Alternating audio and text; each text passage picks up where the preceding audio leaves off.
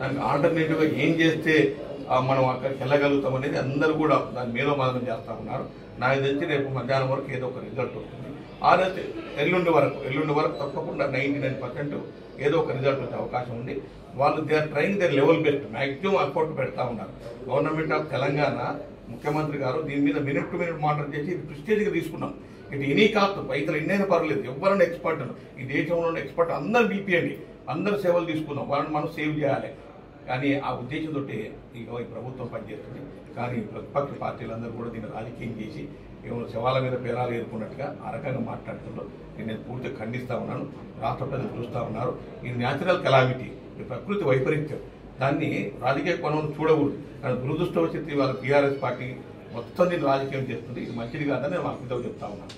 ఇది ఏదైతే లోపల ఉన్నటువంటి అన్నంలో చిక్కుకున్న కార్మికుల కోసం తమ ప్రభుత్వం కట్టుబడి ఉంది. 4 రోజుల పాటు రెస్క్యూ ఆపరేషన్లు కొనసాగుతున్నాయి. దాదాపు 12 రకాల టీములు పాల్గొంటున్నాయి. వారికి ఎప్పటికెప్పుడు అప్డేట్ ఇస్తున్నాము. రాష్ట్ర ప్రభుత్వం, రాష్ట్ర ముఖ్యమంత్రి, ఈ మంత్రులు ప్రత్యేకంగా దృష్టి సారించారు.